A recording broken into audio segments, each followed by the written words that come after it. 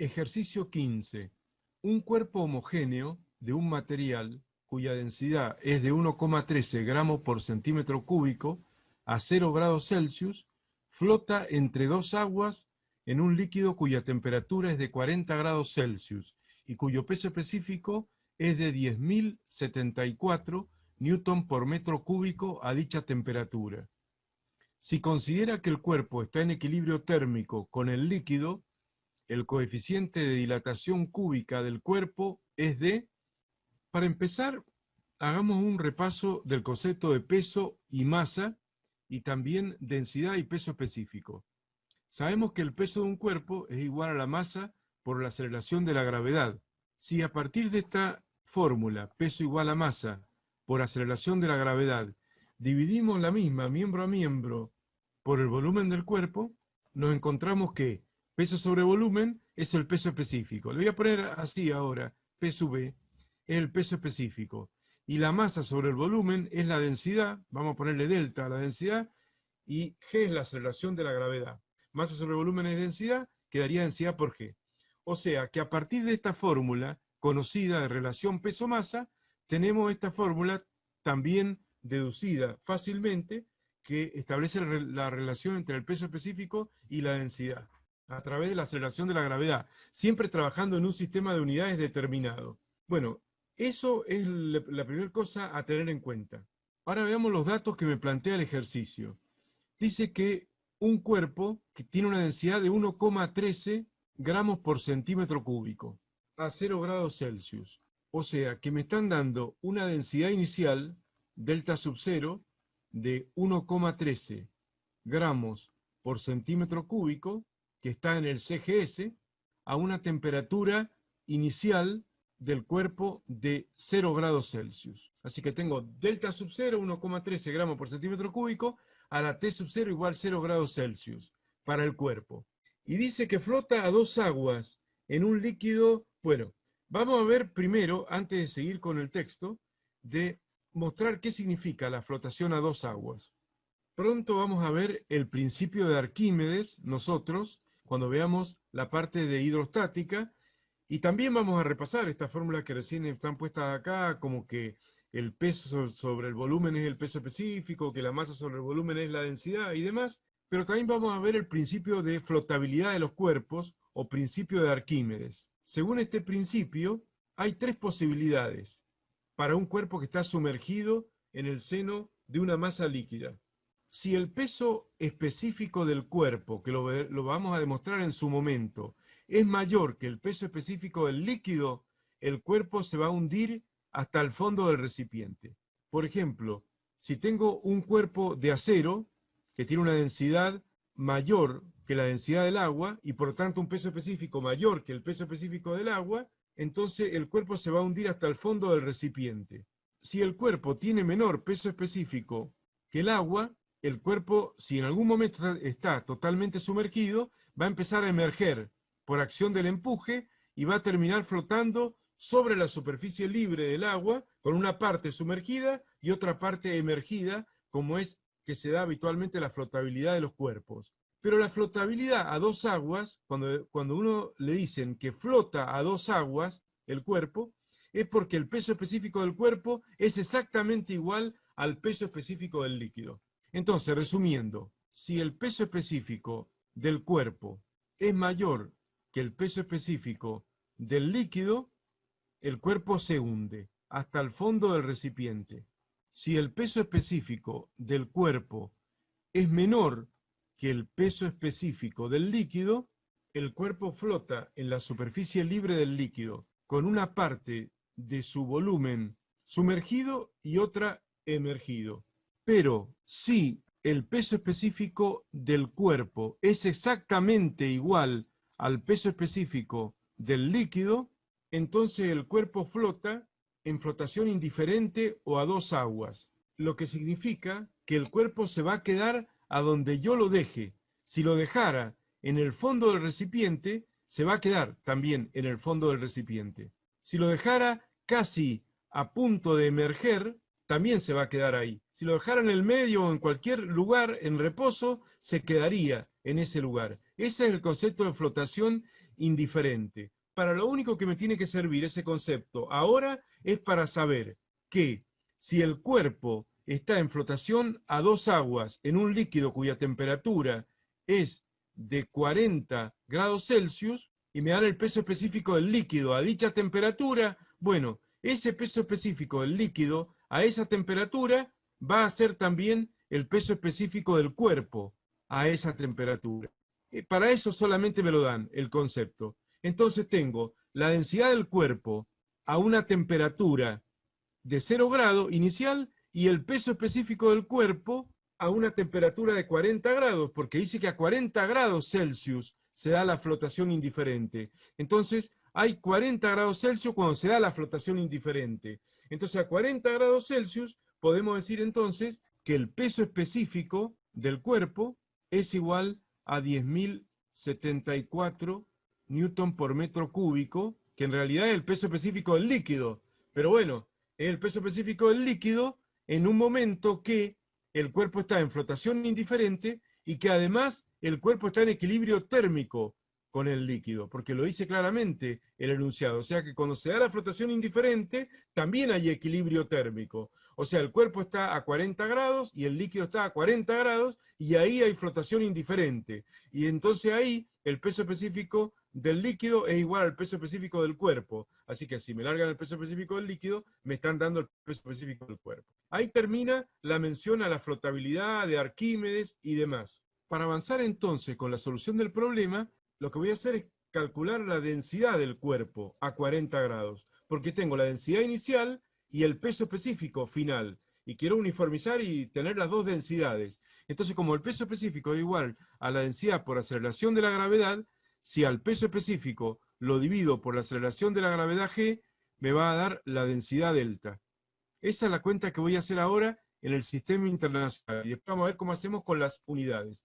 Pero bueno, el peso específico del cuerpo en el sistema internacional es 10.074 newton por metro cúbico, en las condiciones de 40 grados y todo lo demás.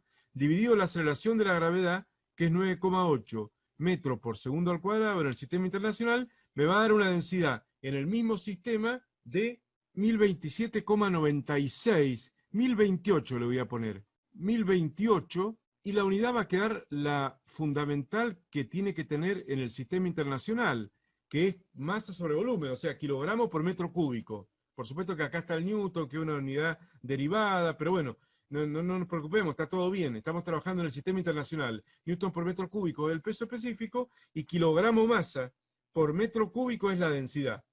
Ya que como estamos viendo, y sobradamente hemos explicado, la densidad de un cuerpo es igual a la masa sobre el volumen. Esto lo vamos a ver bien de cero cuando veamos el capítulo de mecánica de los fluidos. Así que bueno, ahí tengo la densidad del cuerpo. Entonces, para terminar de clarificar esta situación, voy a borrar este dato y voy a poner en ese lugar la densidad. La densidad del cuerpo es de la densidad esta de 1028 kilogramos por metro cúbico está en el sistema internacional. Y la tengo que pasar al CGS, así me uniformizo todo en gramos por centímetro cúbico, que es un poco más cómodo. Entonces le voy a aplicar algunas fracciones de conversión a esa densidad. Entonces tengo 1028 kilogramos por metro cúbico. Para pasarla a gramo por centímetro cúbico, voy a generar dos fracciones unitarias de conversión, por las cuales multiplico a ese valor. Igual, y va a venir 1 kilogramo es igual a 1000 gramos. Entonces de esa manera se va a cancelar kilogramo con kilogramo. Y ya metí el gramo arriba.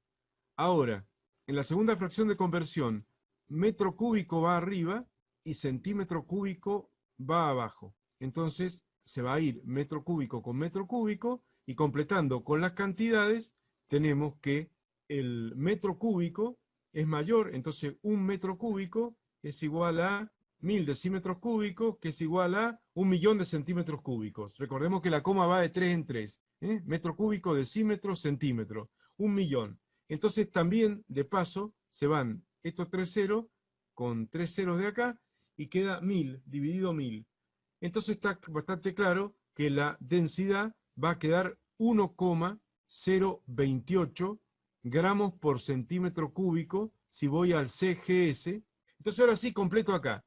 La densidad es de 1,028, ahí está la uniformización de las unidades en el sistema CGS, gramos por centímetro cúbico a 40 grados Celsius. Entonces tengo 1,13 de densidad a 0 grados y 1,028 a 40 grados Celsius. ¿Qué ha pasado? Lo lógico, aumentó la temperatura y disminuyó la densidad. ¿Ven cómo la densidad es menor? De 1,130, digamos, a 1,028. Disminuyó. De esa manera, esto es lógico porque al calentarse el cuerpo, el objeto se dilata y al dilatarse aumenta el volumen, ¿cierto? Al aumentar el volumen disminuye la densidad. Ahora vamos a lo que me piden, que es el coeficiente de dilatación cúbica del cuerpo. Me piden el gamma, el coeficiente de dilatación cúbica del cuerpo. Dilatación cúbica o volumétrica del cuerpo. Es lo que me están pidiendo ahora. En este momento tengo un camino fácil para resolver esto, que es observar lo siguiente. Si uno lee con cuidado el enunciado, se va a dar cuenta que no hay ningún dato extensivo del cuerpo. O sea, no se habla de la masa del cuerpo en ningún momento, ni del peso del cuerpo en ningún momento a ninguna temperatura, ni tampoco del volumen del cuerpo, ¿cierto? A ninguna temperatura, o sea, no hay ningún dato extensivo. Todo lo que hay son datos intensivos. Densidad a 0 grados, peso específico a 40 grados, o sea, tengo una densidad y un peso específico, pero no tengo ningún dato extensivo.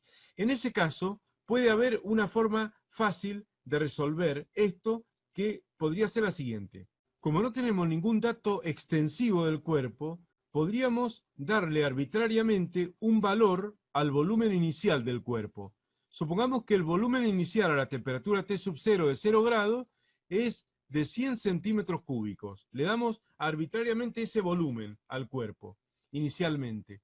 Entonces, ¿qué podemos hacer? Sabemos que la densidad inicial sería igual a la masa del cuerpo sobre el volumen inicial. Masa sobre volumen es densidad. Entonces, con ese volumen arbitrariamente dado, podemos calcular la masa del cuerpo y quedaría la densidad inicial, delta sub 0 por B sub 0, es igual a la masa. Sacando la cuenta, tengo la densidad inicial es 1,13 gramos por centímetro cúbico. Si esa densidad inicial se la multiplica por el volumen de 100 centímetros cúbicos, evidentemente se cancela las unidades centímetro cúbico con centímetro cúbico y claramente me va a dar una masa de 113 gramos. Entonces ahí establecí condiciones extensivas del cuerpo. Le di un volumen inicial arbitrario de 100 centímetros cúbicos, de lo cual se dedujo que la masa del cuerpo son 113 gramos. A partir de ahí, el cuerpo se va a calentar hasta llegar a los 40 grados Celsius. A los 40 grados Celsius vamos a tener una nueva densidad que va a ser igual a la masa, que es la misma, porque el cuerpo se calienta, pero no aumenta su masa. La masa es la misma, pero ahora se va a dividir por el volumen final, que le vamos a llamar simplemente B. Entonces lo que podemos hacer ahora es sacar ese volumen final, calcularlo, y va a quedar que el volumen final es igual a la masa sobre la densidad. B pasa arriba, delta pasa abajo. Entonces la masa del cuerpo, que es siempre constante a cualquier temperatura, 113 gramos, dividida por la densidad delta, que es 1,028, la densidad a 40 grados, gramos por centímetro cúbico, va a dar el volumen final o calentado del cuerpo, va a dar 109,9, 109,92, bueno, 109,9, pongámosle, o 110 hasta le podríamos poner, pero bueno, 109,9 centímetro cúbico. En cuanto a las unidades, se va el gramo con el gramo y el centímetro cúbico que está dividiendo en el denominador queda como unidad arriba. O sea, que podríamos decir, resumiendo, que el cuerpo pasó de tener un volumen de 100 centímetros cúbicos a la temperatura de 0 a tener un volumen de 109,9 a la temperatura de 40 grados. Y con los dos volúmenes se puede sacar entonces el coeficiente de dilatación volumétrico. Porque ya sabemos que una sustancia cuando se calienta, o un cuerpo al calentarse, varía su volumen a partir de la conocida ley de la dilatación cúbica o volumétrica, que es que el volumen final es igual al volumen inicial por 1 más gamma delta T. Operando un poco con esa fórmula, y ya tenemos los dos volúmenes, podemos sacar fácilmente gamma, teniendo en cuenta que el delta T es 40 grados Celsius. 40 menos 0 es el delta T, 40 grados Celsius. Entonces, para operar más fácil con esa fórmula, lo que voy a hacer es una distributiva en el segundo miembro, y va a quedar B0 por 1, B0, más B0 por gamma delta T. A partir de ahí, B0 pasa restando, y queda B menos B0 es igual a B0 por gamma delta T. Recuerden que se separa en términos en cada miembro y B0 que está sumando pasa restando. Después, para terminar de despejar el gamma, es evidente que va a pasar dividiendo B0 delta T.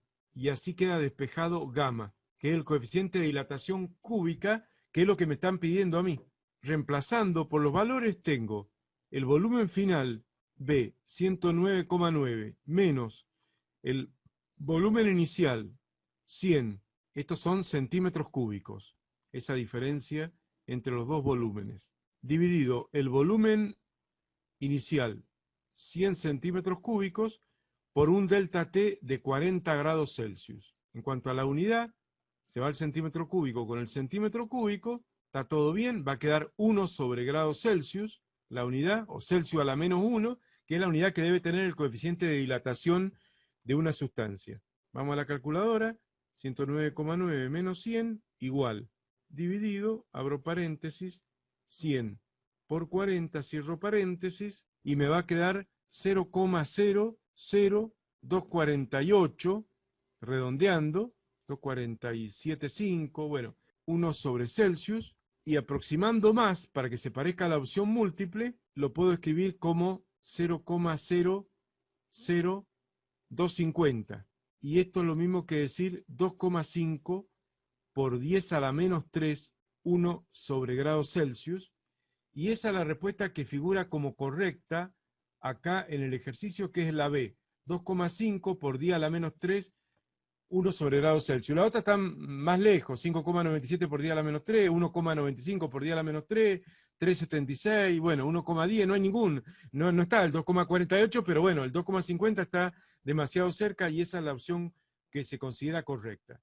Y ahí termina el ejercicio. En principio esa es la opción más favorable a veces para los alumnos que les cuesta más operar en forma con las magnitudes y pueden preferir darle un valor numérico, en este caso extensivo a la materia, en este caso al volumen inicial, y de esa manera sacar la masa del cuerpo, que se va a mantener constante a todas las temperaturas, y con ello también el volumen final, y a partir de ahí sale el coeficiente de dilatación cúbica.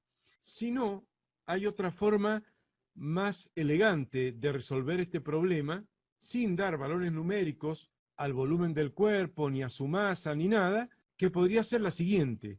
Sabemos que la densidad inicial del cuerpo es delta sub 0, es igual a la masa del cuerpo sobre el volumen inicial V sub 0, y que a la temperatura final la densidad es distinta, delta es igual a la masa sobre el volumen final.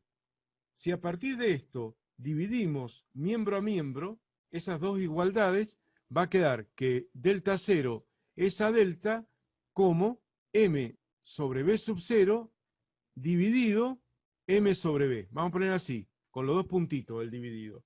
Así que de ahí divido miembro a miembro. Delta 0 es a delta, como m sobre b sub 0 es dividido a m sobre b.